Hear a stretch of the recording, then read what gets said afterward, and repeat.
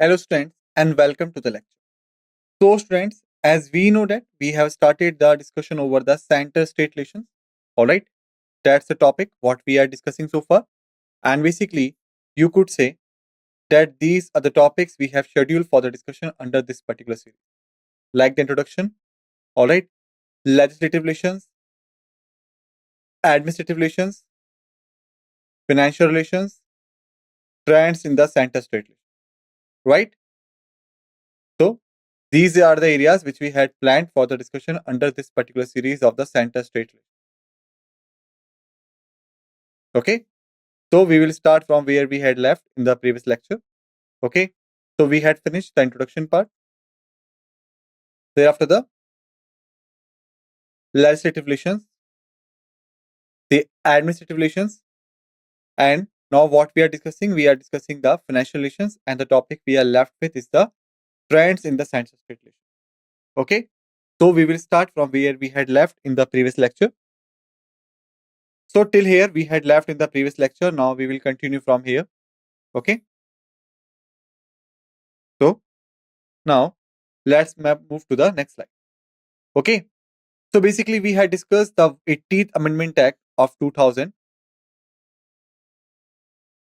and 101st Amendment Act of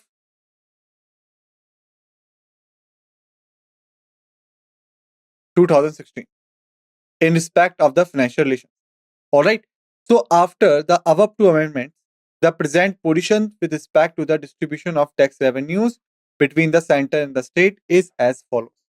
Alright. So the first thing we could see here is the taxes levied by the center but collected and appropriated by the states under Article 268. This category includes the stamp duties on bills of exchange, checks, promissory notes, policies of insurance, transfer of shares and others. The proceeds of those duties levied within any state do not form a part of the Consolidated Fund of India but assigned to that state. So basically what we could see here, suppose if the central government said that if someone is using the stamp duty of rupees 100, okay, then the person is required to pay rupees 10 as in tax. All right. So the total expenditure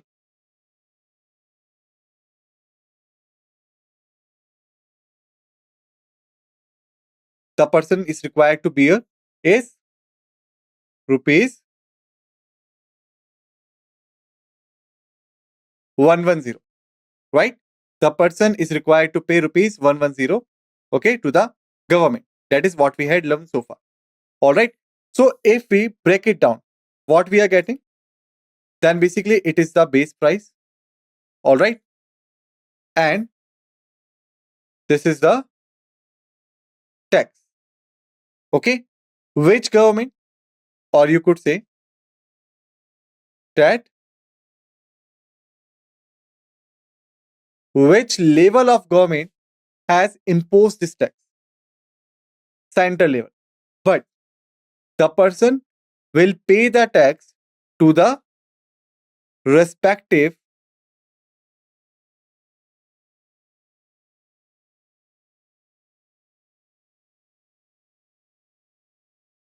state government in which the person is basically using that tax. All right. So these are the those taxes that which are basically levied by the center, but the collection and the uses are done by the state. And these comes under the Article 268. Okay. And remember that the proceeds and the collection amount which has been collected by the taxes mentioned under the Article 268 does not form a part of the Consolidated Fund of India. Why? Because the Consolidated Fund of India comes totally under the central government. Only the central government having the power and the authority to use that particular fund. So if anything comes under the Consolidated Fund of India, then the state government is not having the rights to collect and use the tax. Okay. Another thing which we could see here is the taxes which have been levied and collected by the center but assigned to the state. Okay? These are the taxes which are levied and collected by the center but assigned to the states, Article 269. Okay? And which taxes falls under this category? First, taxes on the sale or purchase of goods other than newspapers in the course of interstate trade or commerce. Thereafter, taxes on the consignment of goods in the course of interstate trade or the commerce. Okay. The net proceed of these taxes does not form a part of the Concerned Fund of India. They are assigned to the concerned state in accordance with the principles laid down by the Parliament.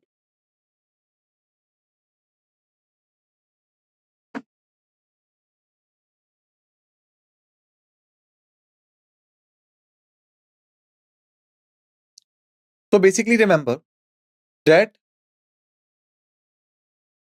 the taxes mentioned under Article 269. Okay. These are those taxes which are basically implemented by the center.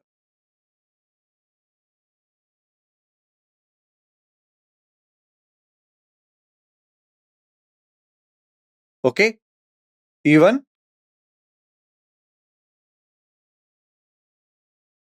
collected by the center. But main game is, okay, let me stop it. But assigned to the concerned state. All right. So basically, these are the those taxes. For example, suppose if some trade is doing between the Gujarat and the Uttar Pradesh.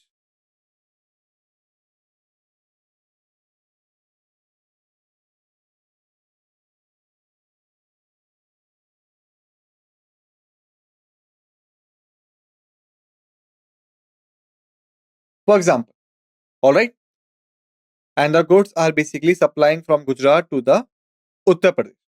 Which type of trade it is?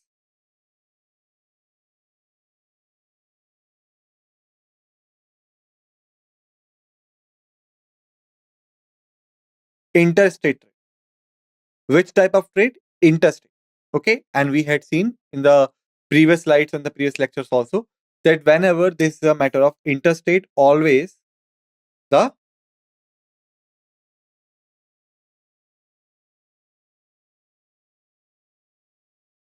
central level will have the authority to decide the thing. Similar thing will be happen here. Like the central level will have the authority to decide the discussion and decide the matter on. All right. So basically, the collection and the implementation will be done by the center. But whatsoever is the net proceeding. Net proceeding means suppose if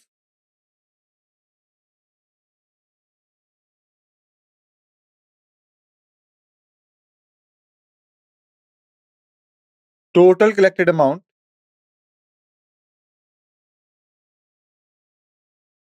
is rupees 10,000 crores, for example. All right. It is a total collected amount. Thereafter, the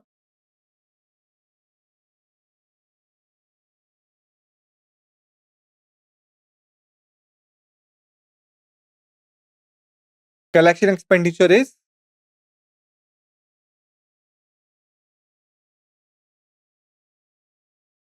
rupees 2,500 crores. All right. That's the picture.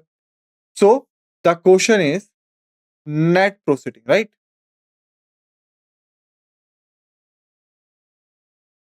So how does it calculate? Basically, it's calculated by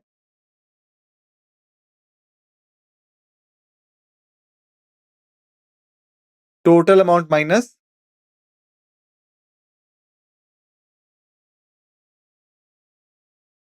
expenditure. All right. Total amount minus the expenditure. So what is the total amount here?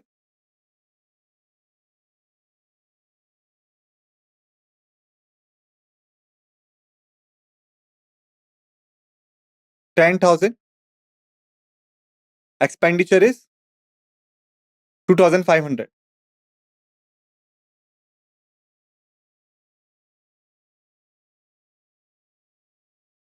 So what is the net proceeding? 7,500. Okay. So whatsoever is the net proceeding. I'm not talking about the total collection. All right. We are not talking about it. Total collection. But basically we're talking about the net proceeding. So whatsoever is the net proceeding that will be divided between these two states because the trade was happened between these states. All right. And this distribution and division will be based or will be done on the principles laid down by the parliament. Okay. The third is the part C. Levy and collection of goods and services tax in the course of interstate trade or the commerce. Okay. Article 269A. It means that it's a modified version of it. Thus, goods and service tax GST on supplies in the course of the interstate trade or commerce are levied and collected by the center. But this tax is divided between the center and the states in the manner provided by the parliament on the recommendation of the GST Council. Further, the parliament is also authorized to formulate the principles for determining the place of supply when a good of services or both take places in the course of interstate trade or commerce. So these are entirely, you can say, reserved with the parliament. All right. So that's the thing. Okay. Part D. Taxes levied and collected by the center, but distributed between the center and the states. Article 270. This category includes all taxes and duties referred to in the in union list except the following. Okay. What is them? First is the duties and taxes referred to in articles 268, 269, 269A, which have been mentioned above and which we had seen right now. Thereafter, another thing was the surcharge on taxes and duties referred to in Article 271, mentioned below, and any cess lead for the specific purpose. What do you mean by cess? We will talk about it in the GST. The manner of distribution of the net proceed of these taxes and duties is prescribed by the President on the recommendations of the Finance Commission. About Finance Commission also we will discuss in the upcoming lecture. Okay. So keep this thing in your mind and remember these points. Okay.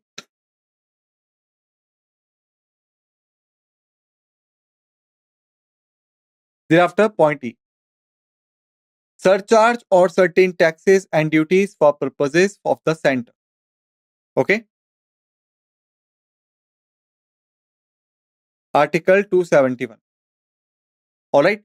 The Parliament can at any time levy the surcharges on taxes and duties which have been referred to in the Articles 269 and 270 which were mentioned above. The proceed of such surcharges go to the center exclusively. Okay. It means, let me give you just a very, very basic overview of the surcharges. Okay. Suppose if something is for rupees 100.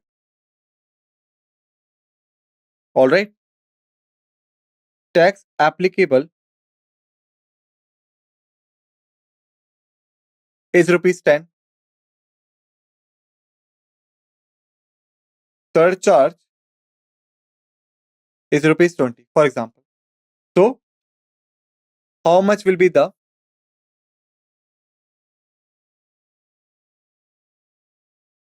maximum retail price or MRP? How much will be the maximum retail price and the MRP? So,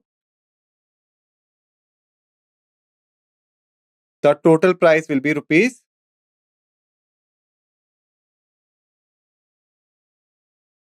130. Rupees 130 will be the total price. Got it? That's the main thing. All right. So if we look at here, Article 269 and 270 are mentioned. So whatsoever the provisions and the things, okay, on which the center could implement the taxes and even collect the taxes, but the appropriation and you can say the taxes will be assigned to the states, but only the taxable amount, not the surcharge. Okay, so only the taxable amount will be assigned or granted to the state, but the surcharge will be holding by whom? Will be holding by the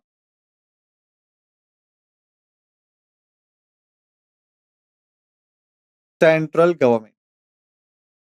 All right, that's the thing. However, the goods and the service taxes is exempted from this surcharge. In other words, this surcharge cannot be imposed on the GST. It means that suppose, for example, if something is for rupees 100, GST is rupees 18 on it. Okay, and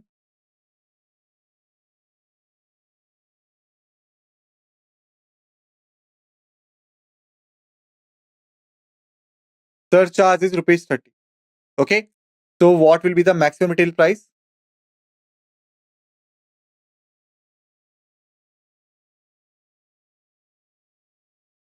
What should be the maximum retail price? You have just read it out of the paragraph. So I expecting you that you will be able to give the answer of it. So what should be the maximum retailing price? So the maximum retailing price will be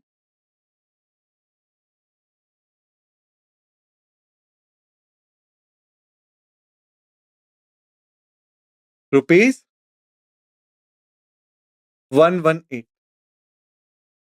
Why not rupees 148? Why not? Why not this could be happen? Because remember that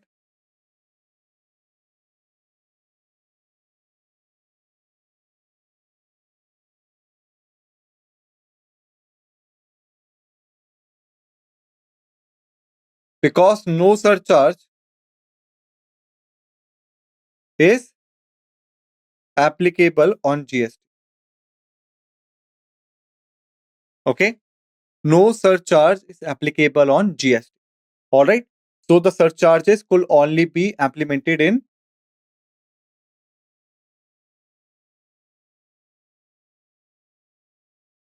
non-GST taxes.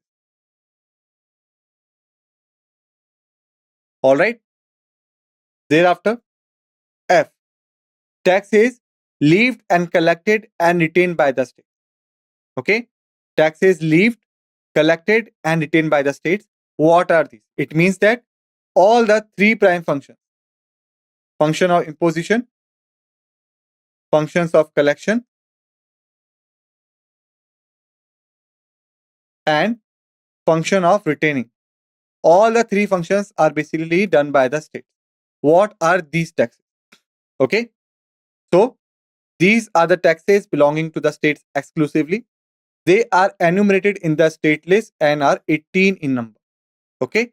What are these taxes? First is the land revenue tax. Okay. Thereafter, taxes on the agriculture income. Thereafter, duties in respect of succession to the agricultural land. Estate duty in respect of the agricultural land. Taxes on the lands and the buildings lies in that particular state. Taxes on a mineral rights, it means mining rights for that particular state and the minerals found in that particular state. Thereafter, duties of excise on alcoholic liquors for human consumption, opium, Indian hemp, and other narcotic drugs and narcotics, but not including medicinal and toilet preparations containing alcohol or narcotics. Okay, so that's the exception. All right. Taxes on the consumption or sale of electricity. Taxes on the sale of petroleum crude, high-speed diesel, motor spirit, commonly known as the petrol. Okay, that's a new name you have found here. Natural gas, aviation turbine fuel, and alcoholic liquor for the human consumption, but not including sale in the course of interstate trade or commerce, sale in the course of international trade or commerce of such goods, because then they falls under the jurisdiction of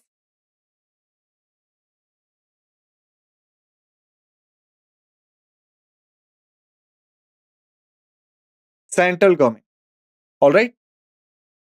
Taxes on goods and passengers carried out by road or the inland waterways, taxes on vehicles, taxes on animals and boats, thereafter the toll tax.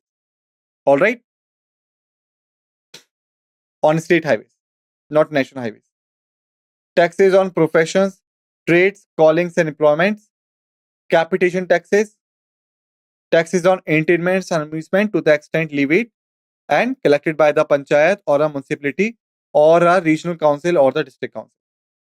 Stamp duties on documents except those specified in the union list. Fees on the matters enumerated in the state list except the court fees. All right. After this, what is the distribution of non-tax revenue? Okay. Like basically we talk about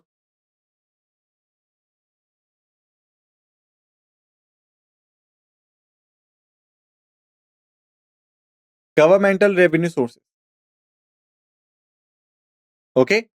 Then these are broadly categorized into two forms.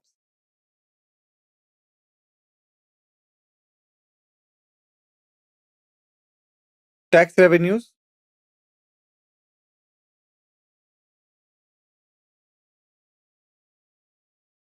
thereafter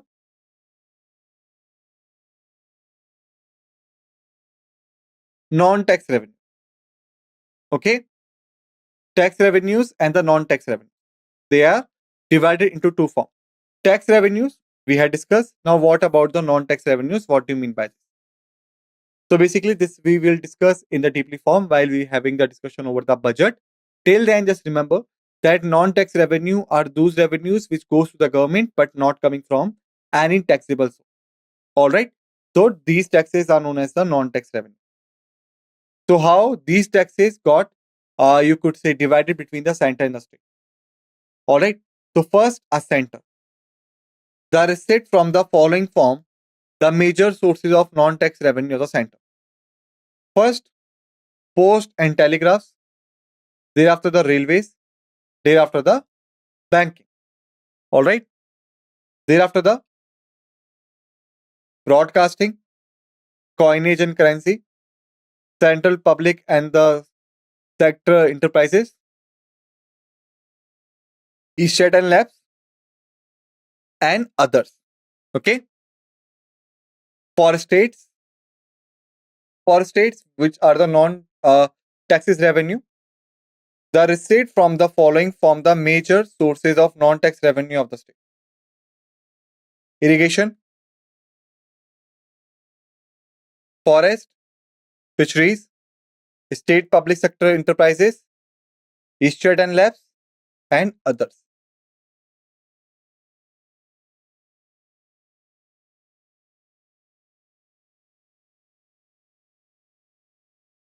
All right. Thereafter, what do you mean by grants in aid to the states? Okay.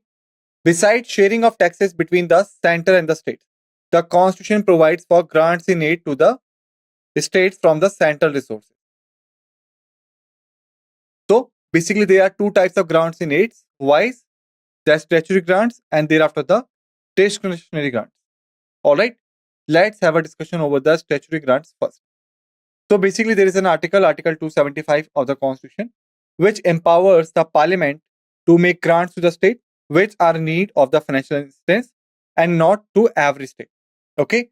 So remember, grants in states or grants in aid could only be granted to those states which are in the need of the financial assistance. It means that it is not given to the average state. All right. Also, different sum may be fixed for different state. It means that there is no uniformity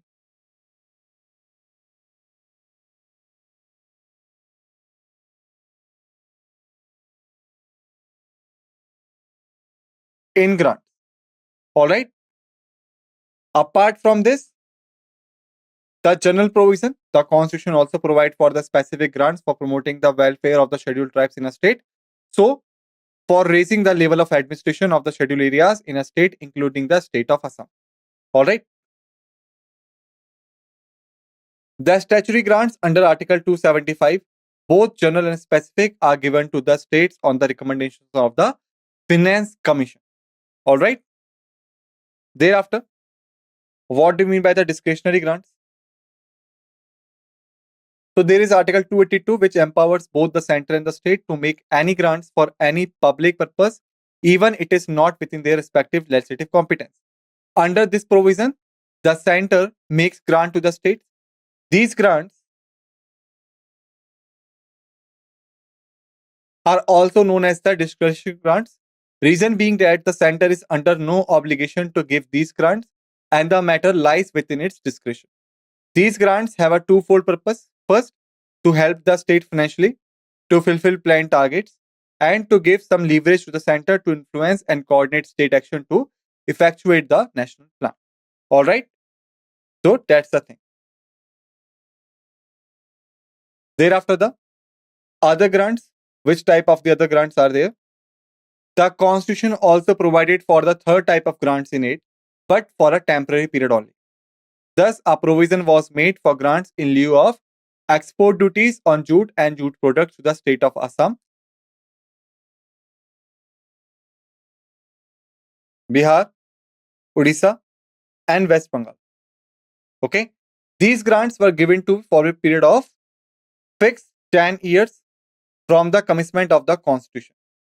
These sums were charged on the Consolidated Fund of India and were made to the states on the recommendations of the Finance Commission and the Goods and Service Tax Council, GST Council, basically you could say.